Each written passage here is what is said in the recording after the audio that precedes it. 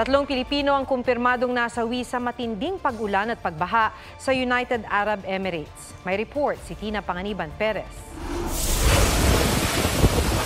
Walang habas na bumayo ang hangin. Sa sobrang lakas ng ulan, halos wala nang naaninag sa paligid.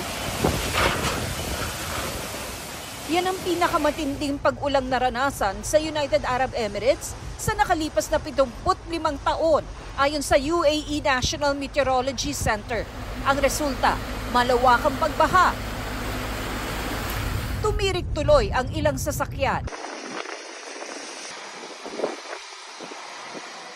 May mga natrap pa sa baha, pati ang pusang ito na kumapit na lang sa pinto ng sasakyan para di malubog sa tubig. Kakaiba ang pag-ulan at pagbahang naranasan sa UAE na isang disyerto. Karaniwang kakaunti lang ang pag-ulan doon. You see, we cannot even go out. Ang OFW na si Kayceline, inabutan ng baha habang nasa trabaho, kaya napilitang suungin ang baha. We went through. Yung mga kasama ko nga sa trabaho na-stuck sa Sheikh Zayed Road hanggang umaga. Oh. Tapos naglakad na lang sila pa uwi. Parang 6-8 hours silang nakastuck doon. Nakitulog muna siya sa kaibigang nakatira malapit sa kanyang pinagtatrabahuhan. Oh my God, this is our basement.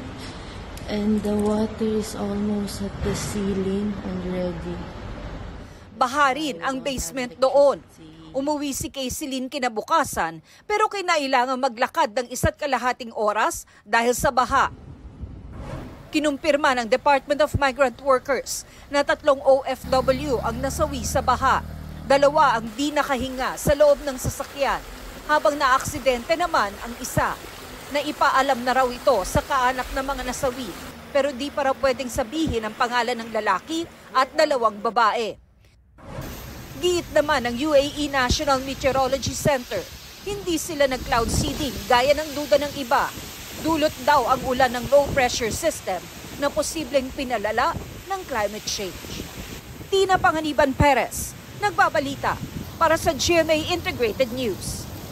Huwag magpahuli sa mga balitang dapat ninyong malaman. Mag-subscribe sa GMA Integrated News sa YouTube. Sa mga kapuso abroad, subaybayan nyo kami sa GMA Pinoy TV at sa www.gmanews.tv.